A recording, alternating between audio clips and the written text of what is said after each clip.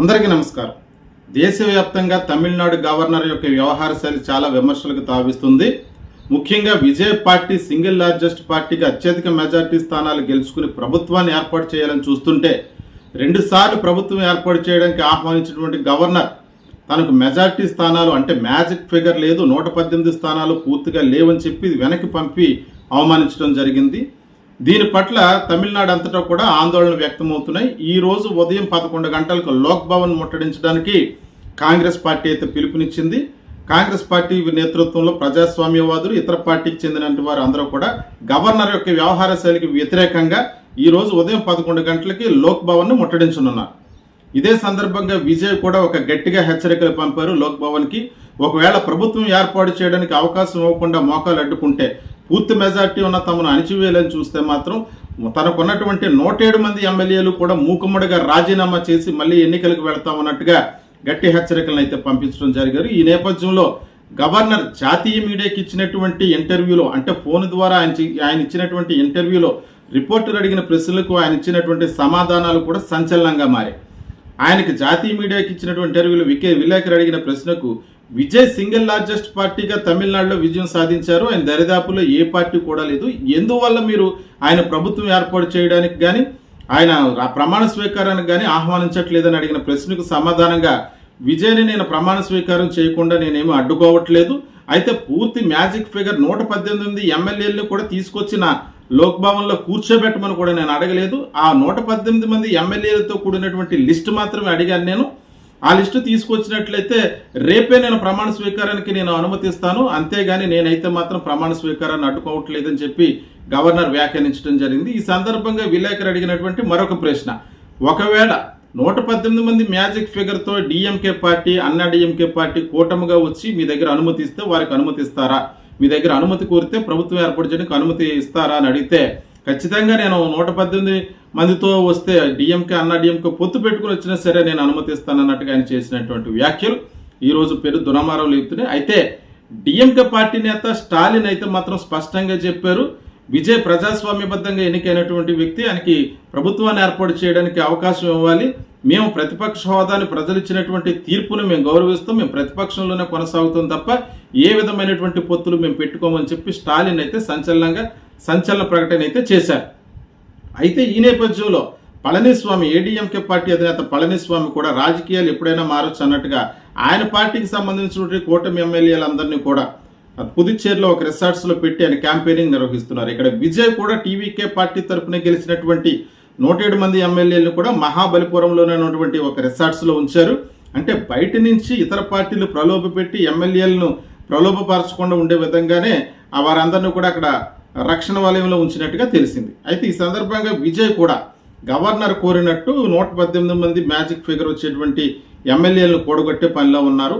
అయితే ఇప్పటికే కాంగ్రెస్ పార్టీ విజయ్కి మద్దతు ఇచ్చి 5 ఎమ్మెల్యేలను ఇచ్చారు. 108 నుంచి 113 స్థానాలకు విజయ్ యొక్క సంఖ్యాబలం పెరిగింది.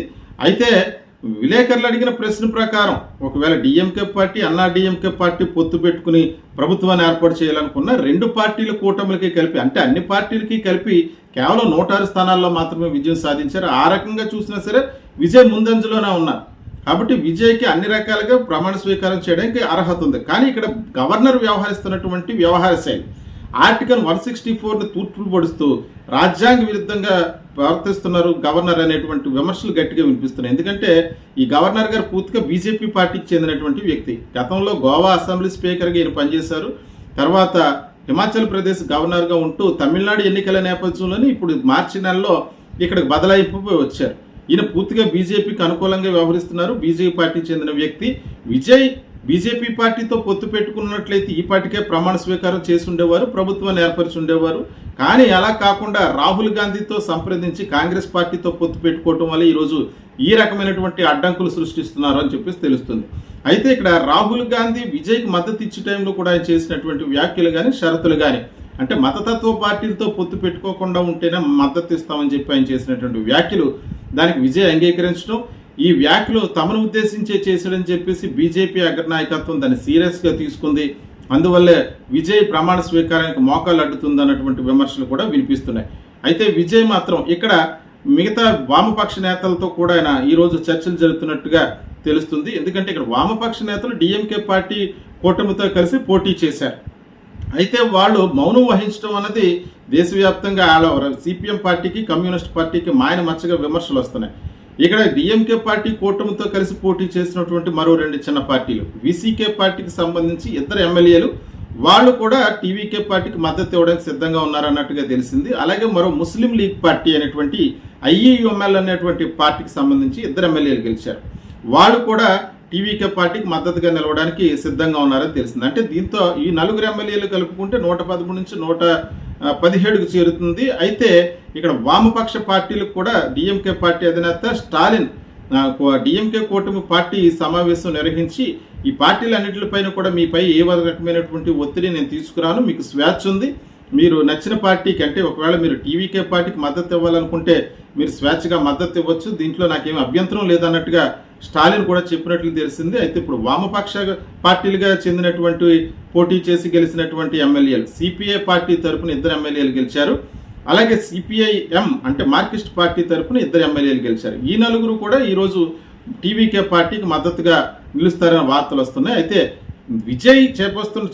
విజయ్ని ప్రమాణ స్వీకారం చేయకుండా అడ్డుకున్నటువంటి గవర్నర్ యొక్క వ్యవహార శైలికి వ్యతిరేకంగా ఈరోజు తమిళనాడు అంతటా కూడా హై అలర్ట్ ప్రకటించారు. కొంతమంది సోషల్ మీడియా వేదికగా జల్లికట్టు ఉద్యమం మాదిరిగానే మెరీనా బీచ్లో ఉద్యమం చేయాలని చెప్పి ఆందోళనకు పిలిపించారు.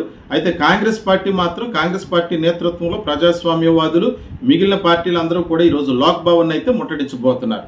ఇదే సందర్భంలో మరి ప్రకాష్ రాజ్, కమల్ హాసన్ లాంటి సినిమా నటులు కూడా ప్రజాస్వామ్యబద్ధంగా ఎన్నికైనటువంటి విజయ్కి పూర్తి హక్కు ఉంది. ఆయన మెజార్టీ సీట్లు సాధించినటువంటి సింగిల్ లార్జెస్ట్ పార్టీ కాబట్టి ఆయనకి ఖచ్చితంగా ప్రభుత్వం ఏర్పాటు చేయడానికి అవకాశం ఇవ్వాలి, గవర్నర్ దీనికి అనుమతించాలని చెప్పి గట్టిగానే వాళ్ళ వాదన వినిపిస్తున్నారు. అయితే గవర్నర్ మాత్రం ఇక్కడ మళ్ళీ మరో మెరుగు పెట్టారు. అంటే 118 మంది ఎమ్మెల్యేలు లిస్ట్ మాత్రమే కాదు, ఏ పార్టీలు అయితే విజయ్కి మద్దతు ఇస్తున్నాయని తెలుపుతున్నాయో ఆ పార్టీల యొక్క లేఖలు కూడా తమకిచ్చి సంతృప్తి పరిస్తేనే అతన్ని ప్రభుత్వం ఏర్పాటు చేయడానికి నేను ఆహ్వానిస్తాను అన్నట్టుగా ఆయన చేసినటువంటి వ్యాఖ్యలు, ఈ వ్యాఖ్యలు కూడా దుమారం రేపుతున్నాయి. అంటే పార్టీ మద్దతే కాదు, ఆ పార్టీలకు సంబంధించిన లేఖలు కూడా కావాలంటున్నారు. వాస్తవానికి అసెంబ్లీలో బల నిరూపణ అన్నది ప్రభుత్వం ఏర్పాటు చేసిన తర్వాత అసెంబ్లీలో తేల్చుకోవాల్సింది బల నిరూపణ అన్నది. గవర్నర్ దగ్గర బల నిరూపణ చేయటం అనేది ఏమీ ఉండదు.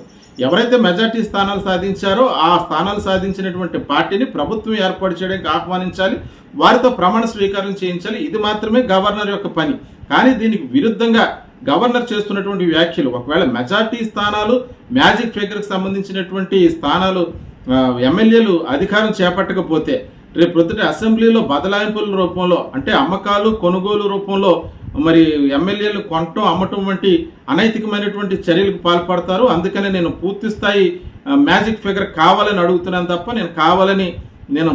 నేను ప్రమాణ స్వీకారాన్ని అడ్డుకోవట్లేదు అన్నట్టుగా ఆయన చెప్తున్నారు. కానీ ఇదే సందర్భంలో కర్ణాటకలో యడ్యూరప్ప గవర్నర్గా ఉన్నటువంటి జరిగినటువంటి ఒక సంఘటన, అంటే బీజేపీ పార్టీ అక్కడ అతితో మ్యాజిక్ ఫిగర్ దాటకుండా తక్కువ సభ్యులతోటి మెజార్టీ సాధించింది. ఆ సమయంలో బీజేపీ పార్టీ గవర్నర్గా ఉన్నటువంటి యడ్యూరప్ప అక్కడ ప్రభుత్వాన్ని ఏర్పాటు చేయడానికి అనుమతిని ఇచ్చారు. కానీ తమిళనాడులో కేవలం కాంగ్రెస్ పార్టీతో పొత్తు పెట్టుకున్నారన్న ఉద్దేశంతో బీజేపీ గవర్నర్ని అడ్డు పెట్టుకుని ఈ రకమైనటువంటి కుట్రలకు పాల్పడుతున్నారు అనేటువంటి విమర్శలు అయితే వినిపిస్తున్నాయి.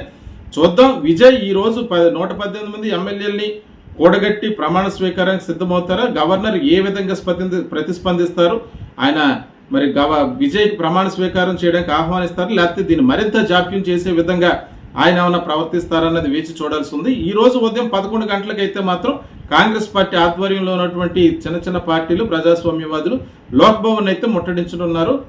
తమిళనాడు అంతా మాత్రం ప్రస్తుతానికి హై అలర్ట్లో ఉంది.